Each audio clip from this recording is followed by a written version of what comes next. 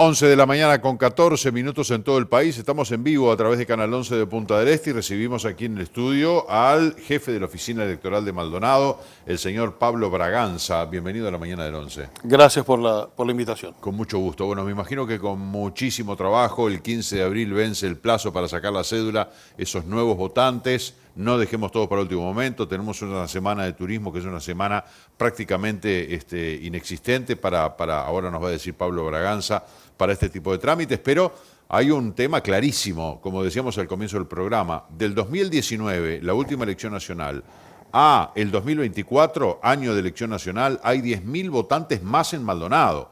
Es decir, gente que o ha hecho el traslado o que ha cumplido los 18 años y ya está en condiciones de votar, que se suma al padrón electoral anterior, que además Maldonado crece en todos los niveles, ¿no? En cantidad de población, en todas las líneas se muestra un aumento muy importante. Maldonado crece. Esa es la palabra cierta, crece. Bueno, Maldonado, hoy por hoy, en comparación con la elección interna del periodo pasado, hoy está a 11.000 habilitados arriba. Sin lugar a dudas, son los números que nos ofrece el sistema en un crecimiento que yo podría decir que es en todo el departamento, porque a veces tenemos en el imaginario colectivo que Aiguá no crece. Y el fin de semana estuvimos con la oficina móvil en Aiguá, hicimos 100, 110 trámites, no recuerdo, de lo cual la inmensa mayoría eran traslados. Traslados, gente que se fue a vivir a Aiguá, en la zona rural o en la misma ciudad, y que trasladó para Aiguá. Aiguá va a tener algunos electores más, seguramente 200, 300 más. No sé si ameritará algún circuito más, pero también crece Aiguá. Y bueno, y después tenemos municipios que se destacan por su crecimiento, que son particularmente Piriápolis. Piriápolis que está en los 14.500 habilitados, que es la mitad de San Carlos, pero sin embargo Piriápolis genera ese número por 2.500 habilitados más que viene teniendo. Yo sospecho que va a tener alguno más antes del 15 de abril. Y San Carlos estaba en 1.800, 1.900 habilitados más, por ejemplo. Crecieron los 8 municipios del departamento. Todos tienen más habilitados que en el 2019. Sí, eso es objetivamente cierto. Algunos, como el municipio de Piriápolis, se destaca por su crecimiento. Ahora, el crecimiento se da, no sé si lo tienen desagregado, por traslados o por nacimientos. Esencialmente por traslados. El crecimiento de Maldonado, acá el padrón crece por dos vertientes. El padrón de habilitados crece por los nacimientos, las inscripciones por primera vez, que además el departamento de Maldonado ya por octubre superó la proyección que tenía para inscripciones nuevas. Es decir, los nacidos en el departamento y que en estas fechas deberían sacar la credencial. Ya en octubre los habíamos superado holgadamente. Lo que tenemos ahora, lo que vamos viendo es que el número sigue creciendo, que obedece esencialmente a traslados, y la familia cuando se viene a Maldonado tal vez seguramente pueda traer algún muchacho que nació en Tacuarembó, en Montevideo, y hace el trámite de la credencial en Maldonado. Pero esencialmente hoy es traslados. Este aumento en el padrón electoral puede cambiar la configuración de, por ejemplo, que Maldonado pueda acceder a otra banca. No sé cuánto se paga un diputado y un senador, pero se podría pensar en que siempre Maldonado obtuvo en más de una oportunidad una quinta banca por restos, ¿no? Pero ahora puede haber alguna adjudicación directa o no. En realidad, Maldonado obtiene, por este mismo factor que es tener una gran cantidad de habilitados, un padrón importante a nivel nacional, que permite que los partidos políticos obtengan, digamos, restos, ¿sí?, como se dice comúnmente, de tal tamaño, de tal magnitud, que les permite en el tercer escrutinio de la Corte Electoral acceder a bancas. De hecho, en realidad, hoy por adjudicación directa de la Junta Electoral Maldonado, tenemos el primer diputado que es el señor Echeverría, el segundo diputado que es el señor Antonini. Los demás diputados ingresan por el tercer escrutinio, pero porque en definitiva Maldonado tiene una gran cantidad de habilitados y a los partidos, entre comillas, les permite tener un muy buen cociente y obtener Maldonado, el departamento como departamento, la banca que vino, bueno, del señor Blas, del señor Germán Cardoso y del señor Cal sin mayor dificultad, ¿verdad? 151.481 habilitados para votar Al día de hoy. en un departamento que, si bien no están desagregados los datos por departamento del censo 2023, pero un departamento que están las 250.000 personas tranquilamente. Es probable. Un estimado. Sí, sí. Esto complejiza los 151.481, 10.000 votantes más que en el año 2019. ¿Complejiza la tarea de la oficina electoral en cuanto al despliegue en cada elección? Bueno, nos genera, por lo pronto, nos va a generar la necesidad de tener más circuitos, naturalmente. Seguramente estemos pasando el umbral de los 400 circuitos y eso lo que implica es que vamos a tener la necesidad de mayor locales para instalar los circuitos y vamos a requerir la concurrencia de mayor cantidad de funcionarios públicos para integrar esos circuitos, ¿verdad? Pero no más que eso, digamos. Son totalmente distintas todas las elecciones, ¿no? La interna, la nacional primera vuelta, la nacional eventual segunda vuelta, la elección departamental, por la conformación, por la dinámica, etcétera, etcétera. Pero uno puede decir, bueno, una elección interna que no es obligatoria, puede haber menos sufragios, pero a su vez también son más candidatos, o sea que como que la elaboración del escrutinio es más complicado, ¿o no? Bueno, en la elección, como decías, el proceso electoral que consta de 3, eventualmente 4, si hay un balotaje, instancias electorales, determina que la elección interna tiene características, pero muy especiales en comparación con las demás. Desde el inicio podemos empezar a decir que para registrar las hojas de votación los partidos políticos tienen que llevar los consentimientos. Es decir, que si nosotros vamos a registrar una hoja de votación y en la hoja de votación tenemos 62 integrantes, lo que nosotros técnicamente llamamos al órgano deliberativo nacional y otro al órgano deliberativo departamental, en una tenemos 62 y en la otra 90, tenemos que llevar el consentimiento de cada uno de ellos.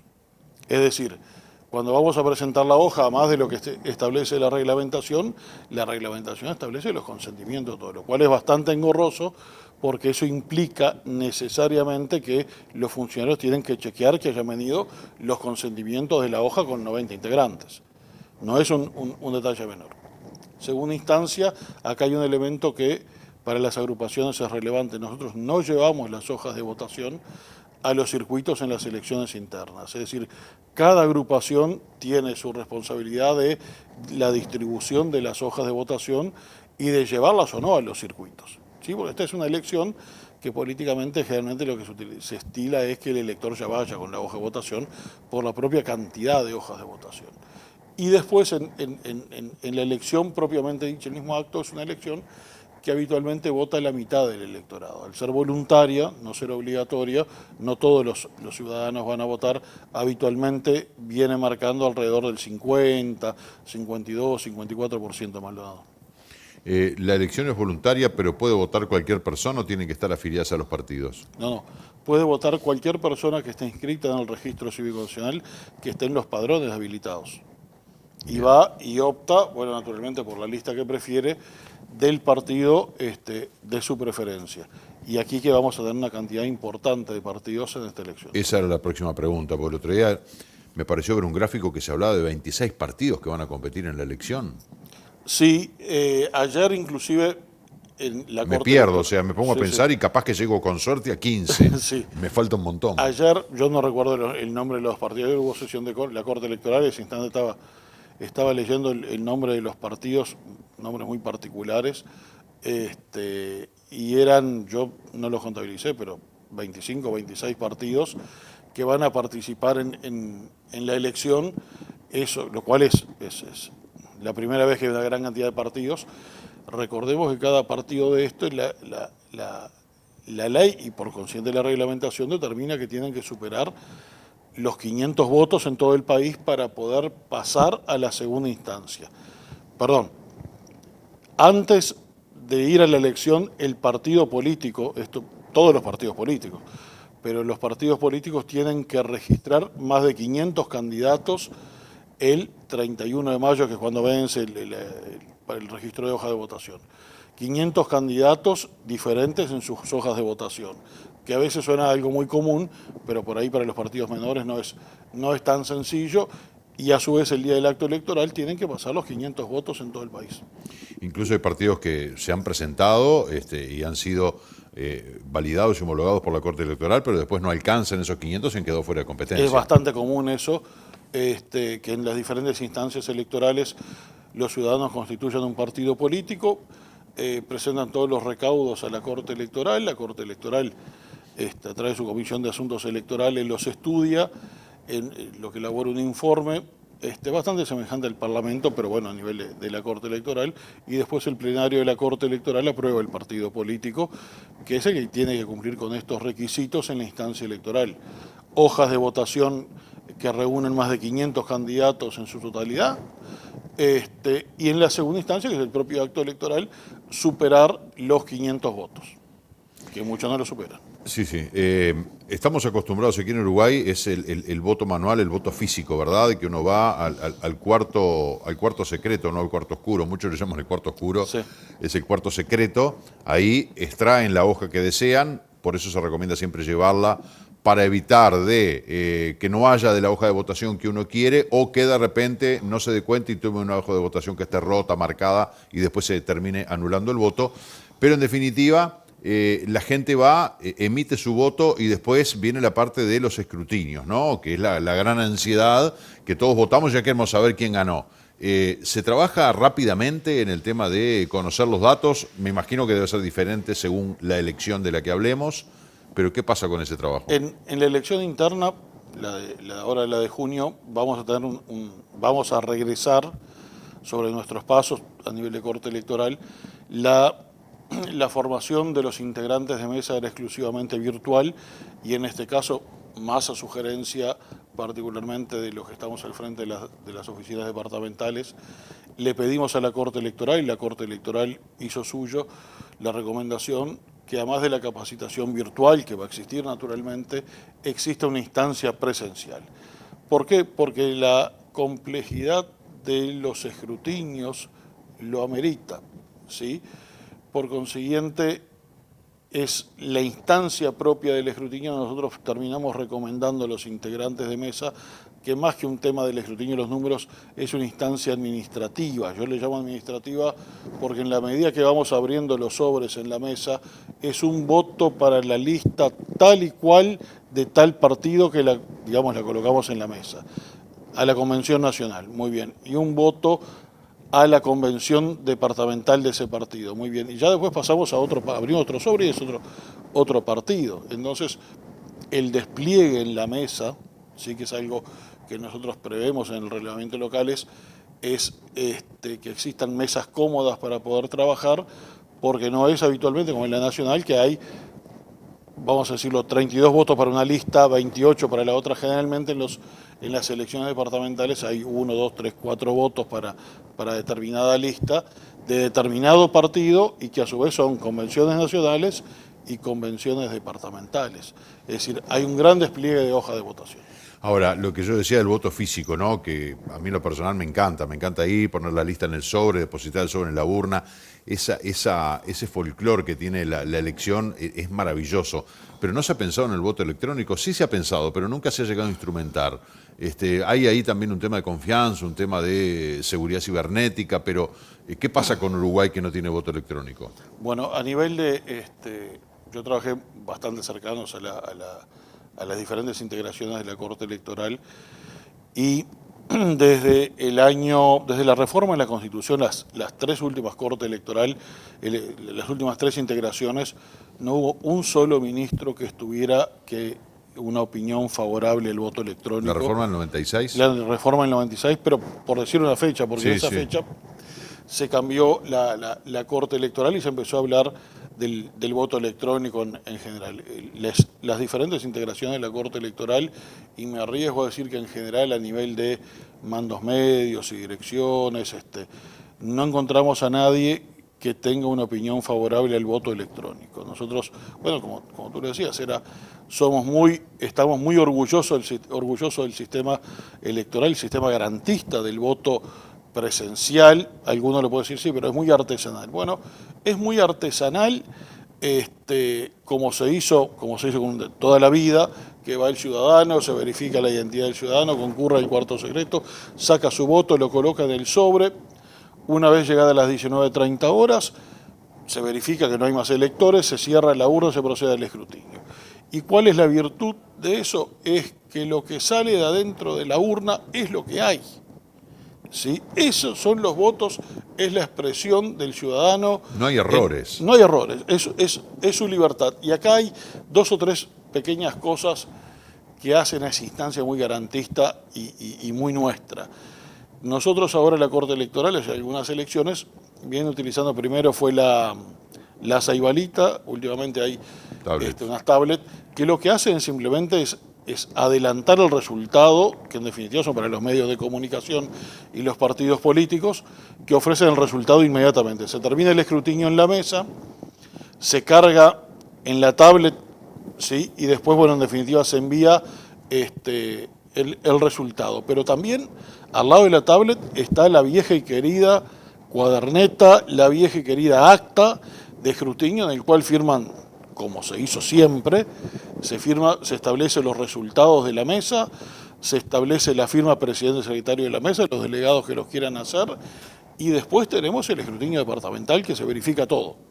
Es decir, lo que tenemos es la transmisión rápida del resultado, que todos queremos saber el resultado, por supuesto, y lo que hay es esencialmente el aspecto garantista, que es la vieja y querida acta de escrutinio, en el cual se establecen los resultados, que tienen que coincidir obviamente con los de la tableta, y la firma de todos los integrantes de mesa y los delegados. Y no hay nadie que esté mayormente interesado, ni siquiera ninguna propuesta para llegar al voto electrónico, porque tampoco tenemos la necesidad. En un país tan conservador como el Uruguay, con gente que, bueno, amamos de repente esa tradición ancestral, la forma artesanal, como dice Braganza, de nuestro voto, de ir, es ya todo un día folclórico el día de la elección, ¿verdad? De cómo cada uno lo planifica, bueno, la emoción y la ansiedad de ir a votar. Es un momento muy importante desde el punto de vista cívico para cada uno de nosotros, porque ahí estamos incidiendo, estamos manifestando nuestra voluntad de manera democrática, secreta y absolutamente libre de otorgarle confianza a tal o cual gobernante para que dirija los destinos del país. Es fabuloso y es el poder supremo que tiene el pueblo a través de la democracia directa, ¿no? Pero se habla mucho de, bueno, pero ya está, eso es del siglo XX, estamos en el siglo XXI, hay que ayornarse, el voto electrónico desde tu casa, apretás un botón. Sí, bueno, pero eso también trae dolores de cabeza, ¿no? Primero la suspicacia de, esto será verdad, hoy en día no habrá algún troll, no habrá algún bot, no habrá algún dato medio truchado, ¿cómo sé después los escrutinios? Yo personalmente, si me dieran a elegir y yo pudiera tomar una decisión, sigamos como estamos, que será artesanal, todo bárbaro, pero nos encanta y es absolutamente garantista. Se había hablado de habilitar el voto interdepartamental para la elección nacional, ¿no? Algo que existía y que después de la separación de las elecciones en el tiempo, bueno, se dejó de lado. ¿Se ha conversado algo? ¿Hay posibilidades de que vuelva para esta elección? Bueno, hubo... Había un proyecto en el Frente Amplio, del Frente Amplio del Parlamento. Sí, había 1 o 2 proyectos en el Parlamento para, yo le diría, resucitar el voto interdepartamental que se utilizó hasta antes de la dictadura, pero bueno, no prosperó, y todo este proceso electoral se va a hacer idéntico al proceso electoral pasado. No tenemos nada previsto en el horizonte. ¿En el regreso a la democracia ya no existía el voto interdepartamental? No teníamos. En el 84, sí, que fue cuando retornamos, ya no había voto interdepartamental. Yo tenía la idea de que se había suprimido después, cuando se separaron las elecciones en el tiempo. ¿Qué pasa con la gente? ¿Cómo estamos con los trámites de sacar la credencial? ¿Estamos medios de morones o Maldonado cómo viene? Yo no diría de morones, y sí tenemos la consecuencia real del crecimiento del departamento. Ese es un elemento objetivo, incuestionable. Nosotros no tenemos los números del censo, pero lo que hablábamos hace instantes en cuanto al crecimiento del padrón electoral hace que, por ejemplo, este fin de semana nosotros vamos a tener una mesa móvil instalada en La Capuera el sábado y el domingo, lunes y martes de Semana Santa vamos a estar en la Casa de la Cultura en Piriápolis, y a su vez la oficina electoral de Maldonado va a estar abierta el sábado durante toda la jornada. Este sábado, pasado mañana. Este sábado y todos los sábados de aquí al 15 de abril vamos a estar... ¿El sábado de Semana de Turismo también? El sábado de Semana también. El sábado de Semana Santa también vamos a estar abiertos. Y los otros 2 sábados antes del cierre del periodo inscripcional también. Y a su vez vamos a ir a Piriápolis lunes y martes, después vamos a estar nuevamente en San Carlos y cerramos la oficina móvil con otro día más en Piriápolis y en Gregorio Snares. Tenemos una actividad descentralizada bastante importante y las oficinas las tenemos abiertas y la abrimos, lunes, martes y miércoles de Semana Santa de 8:30 a 15 horas. Ahí tenemos el comunicado de lo que tiene que ver con la Corte Electoral, la Oficina Electoral Departamental. En los días sábados. Los días sábados hasta el cierre del periodo inscripcional, que será el 15 de abril. De esos 10.000 votantes nuevos, ¿cuántos han hecho el trámite ya? No, los 10.000 son gente que ya hizo el trámite y son un poco más de 10.000. Son 11.000, andan por los 11.000 y el horizonte dice que vamos a andar muy cerca de los 12.000. ¿Cuántos votantes nuevos va a tener Maldonado? O sea, gente que era menor de edad en la elección anterior, que ya es mayor y va a sacar la credencial. Estimamos que andan alrededor de los 6, 7.000 nuevos y los demás son traslados. Y de esos 6, 7.000, más o menos un porcentaje que están en la mitad, más de la mitad, menos de la mitad, porque estamos a menos de un mes de que cierre el periodo. Los muchachos que debieron sacar la credencial, en realidad por el estimativo, de acuerdo a los nacimientos, ya los tramitaron todos y eran alrededor de 4 o 5.000. Ya lo superamos con creces y eso suponemos que obedece, pero es una opinión que lo podemos tener más como vecinos, de la cantidad de gente que se ha venido a vivir a Maldonado. ¿Sí? Que se ha venido a vivir. Hay lugares en Maldonado que tienen un crecimiento muy destacado, además de lo que hablábamos de Piriápolis, Maldonado Nuevo, Cerro Pelado, son zonas que han tenido un crecimiento muy, muy importante, ¿verdad? Y ya para la elección nacional, que también vamos a incluir a los votantes extranjeros, ¿no? Gente que tiene la ciudadanía y también gente que vota. No se puede votar desde el extranjero, no hay voto consular. Las formas de votación para la elección nacional son la votación directa. No hay otra opción de votar en un consulado o de, no sé, votar Uruguay por otra vía. No tiene previsto ninguna instancia de voto en el extranjero, ni consular, ni por correspondencia. Seguimos votando como votamos desde tiempos inmemoriales. Venga y Uruguay. vote. Venga y vote, cada uno vota el circuito que le corresponde. Lo que tenemos con respecto a los extranjeros, por cierto que es una particularidad de Maldonado, es una gran cantidad de extranjeros interesados en tramitar su credencial, sí, que naturalmente la mayoría no son ni hijos ni nietos de uruguayos, de padre o madre oriental, lo cual los transforma en lo que nosotros llamamos el artículo 75 de la Constitución, que son los extranjeros que tienen que tramitar la Carta de Ciudadanía. Algunos de los que se acercan a nuestras oficinas sí pueden hacerlo, pero en su mayoría no. En realidad lo que vienen simplemente no, pero bueno, vienen y terminan manifestando su interés en tramitar la Carta de Ciudadanía, pero el artículo 75 de la Constitución determina que los extranjeros, una vez obtenida la Carta de Ciudadanía, pueden tramitar la credencial cívica una vez pasado 3 años después de otorgada la misma.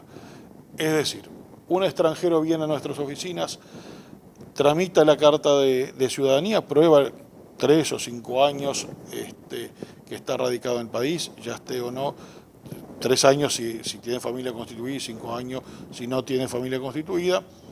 Prueba, cumple con los recaudos, la Corte Electoral le entrega la carta, supongo que se la entrega ahora en marzo, el 10 de marzo, tiene que esperar hasta el 10 de marzo de 3 años en adelante para tramitar la credencial cívica. Son disposiciones constitucionales, por lo cual hace que tengamos, Maldonado, una gran cantidad de cartas de ciudadanía en trámite, de extranjeros interesados, pero que en realidad electoralmente no es significativo. Pablo Braganza, gracias por acompañarnos esta mañana. Gracias a ustedes. Un placer. Tenemos que hacer la pausa, 11:38, ya venimos.